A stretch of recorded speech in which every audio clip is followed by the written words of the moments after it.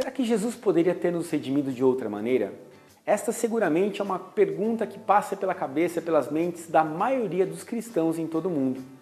São Paulo, apóstolo, em sua carta aos Coríntios, ele disse: "A linguagem da cruz é loucura para aqueles que se perdem, mas para aqueles que foram salvos, para nós, é motivo de força divina." O texto bíblico diz que Jesus se igualou a nós em tudo, só não no pecado. Pela graça do batismo, nós nos transformamos, nós nos tornamos cristãos, outros cristos. Portanto, nós também devemos assumir a nossa cruz, até porque Jesus nos dá essa condição. Quem quiser me seguir, tome a sua cruz, renuncie a si mesmo e me siga. Voltamos então, irmãos, aí no nosso Arte da Vida, continuando a nossa reflexão nesse terceiro bloco, para responder um pouquinho algumas perguntas em relação ao nosso credo, à nossa fé. A gente está falando de Jesus e a gente está falando sobre aquele trecho do credo onde fala que ele padeceu, foi crucificado, morto e sepultado, né? Agora vamos lá, voltando então às perguntas, né? Deus quis a morte de seu filho? Essa é uma pergunta interessante. Eu falo assim, mas Deus, ele sendo tão misericordioso, por que ele deixou Jesus morrer, né? Se a gente vai voltar lá no Antigo Testamento, existe o momento do sacrifício de Isaac, né, que Deus pede para Abraão. Imagina, Isaac era o filho da promessa, Abraão já estava idoso, tinha demorado 30 anos para chegar lá a promessa de Isaac, aí ele teve Isaac com muito custo, e aí Deus pede para Abraão sacrificar Isaac. E na hora que Abraão vai sacrificar Isaac, aparece o anjo lá e fala para que ele não sacrifique seu filho e tudo mais, né? E aí apareceu lá depois, né, que ele fala que o anjo mostrou lá um animal e ele sacrificou depois. Então, Deus, ele foi muito misericordioso assim naquele momento, mas ele poupou o filho de Abraão, mas o seu próprio filho ele não poupou, né? Fazia parte do plano de Deus salvar o ser humano através da redenção do seu filho. Então, existe realmente dentro do plano divino que Jesus se encarnasse e ele redimisse o homem, né? Agora, a gente pode dizer, se Jesus ele quis ir na direção da cruz e morrer daquela maneira, isso pode ser até, digamos assim, discutível, porque na verdade foi uma consequência do amor dele, foi uma consequência dele anunciar a verdade, foi ele morrer na cruz naquele tempo, daquela maneira. Então é importante a gente entender que isso fazia parte do plano salvífico de Deus. Segunda pergunta, Cristo não podia nos redimir de outro modo? Essa resposta eu já comecei a dar, né? Então ele não poderia de redimir de outro modo, né? Isso aí eu falo segundo São Tomás de Aquino, ele explica muito bem isso, né? Porque Deus, na plenitude dos tempos, ele enviou o seu Filho. E naquele momento, onde Deus envia o seu Filho, a sociedade, o mundo estava daquela maneira e como eles tinham consciência de que a consequência do anúncio do amor do Filho dele daria numa morte violenta, né? Não necessariamente poderia ser de repente até de outra forma, mas a gente sabe que aquela forma de se sacrificar na cruz, se redimir o homem, né, pela cruz, é a forma onde ele mais demonstrou o amor dele por nós, né?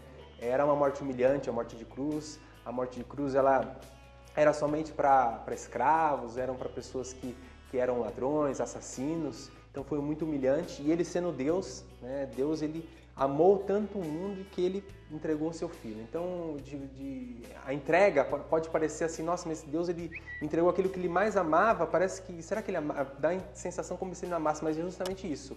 A lógica de Deus, a lógica do amor de Deus é essa, né? É dar, né? Quando você ama, você dá. Então, Deus deu aquilo de mais precioso para nós, para nos amar, né? E para que a gente pudesse, de fato, ter uma vida verdadeira. E, além disso, poder participar dessa vida divina, né? Jesus ele vem trazer esse acesso ao Pai novamente, que tinha sido quebrado pelo pecado. Então, ele morrendo, ele é levado, né, depois a Deus, e nós, junto com ele, subimos junto com ele a Deus novamente, né? Temos acesso de novo ao Pai.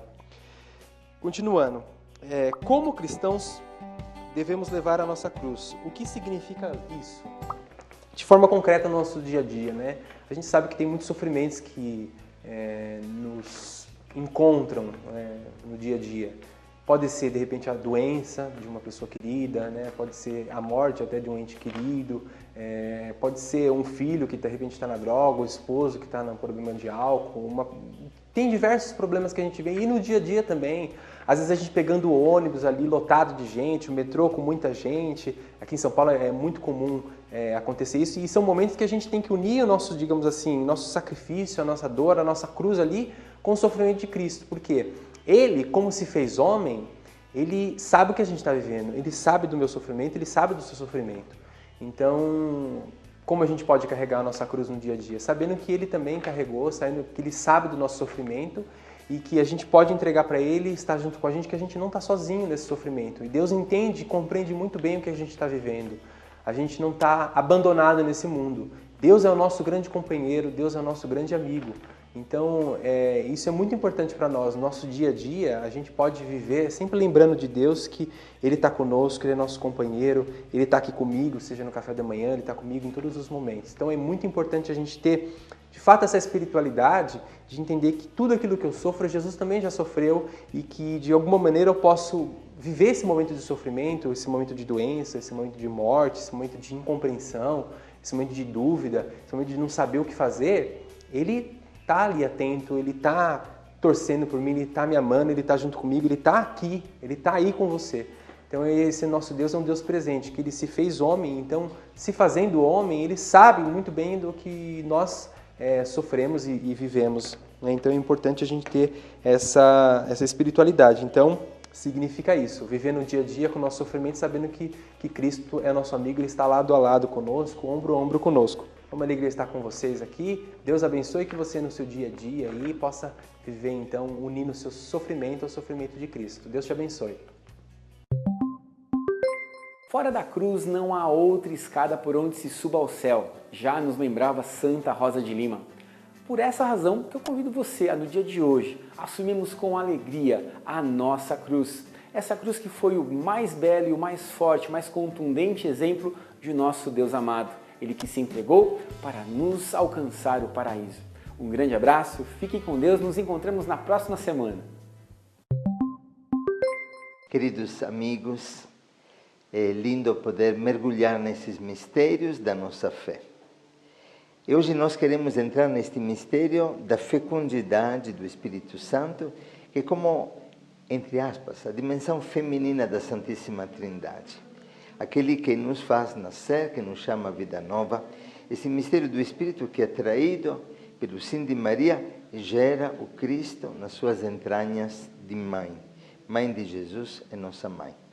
É maravilhoso aquilo que acontece quando Maria se faz presente, intercedendo para nós. Eu nunca esqueço de um pastor evangélico que um dia estava presente no momento de oração, de libertação que estávamos vivendo, e de repente, quando invocamos a intercessão de Maria, pois quem liberta é Jesus, Maria só intercede para nós, ele sentiu o clima mudar. Quando Maria se faz presente, o clima espiritual muda. Nós sentimos o desejo de uma maior intimidade com Deus, o desejo de voltar para o Senhor. E por isso agora nós vamos orar. O Espírito Santo, Senhor que dá vida. O Espírito Santo, nós te pedimos. Em nome de Jesus. Que você possa nesse momento alcançar todos os nossos ouvintes, telespectadores, que você possa entrar em todos os lares, soprar com força, derrubando todas as barreiras que nos impedem de acolher a tua presença. Espírito de Deus, você sempre chega para gerar Jesus. Assim como gerou no coração imaculado de Maria, você sempre gera Jesus no nosso coração quando, a exemplo de Maria, dizemos sim para o Pai, para a sua vontade. Eis aqui a serva do Senhor. Faça-se em mim segundo a tua palavra. Diga isso, filho, em casa neste momento. E repetindo estas palavras de Maria, eis aqui a serva, o servo do Senhor. Faça-se em mim segundo a tua vontade. Sinta o Espírito Santo que penetra em ti e que forma em ti o Cristo, para que Cristo viva em ti, para que Cristo viva em mim, para que Cristo viva em nós. Pois o mundo quer ver Jesus. Sinta o abraço de Jesus neste momento pelo Espírito Santo. Aquele Espírito que clama em ti, Abba, Pai. Aquele Espírito que nos conecta com a vida divina, que te enxerta no coração aberto de Jesus e que faz este coração pulsar no teu peito. Coloca a mão no teu coração e peça. Vem Espírito Santo, pela intercessão da Imaculada Virgem Maria. Que o teu amor, o Pai, o amor do teu Filho Jesus, habitem agora na nossa vida e no nosso coração. E que este amor possa transbordar e se irradiar sobre todos aqueles que nos encontram. A graça de Deus esteja contigo. Eu te abençoo de todo o coração. Em nome do Pai, do Filho e do Espírito Santo. Amém.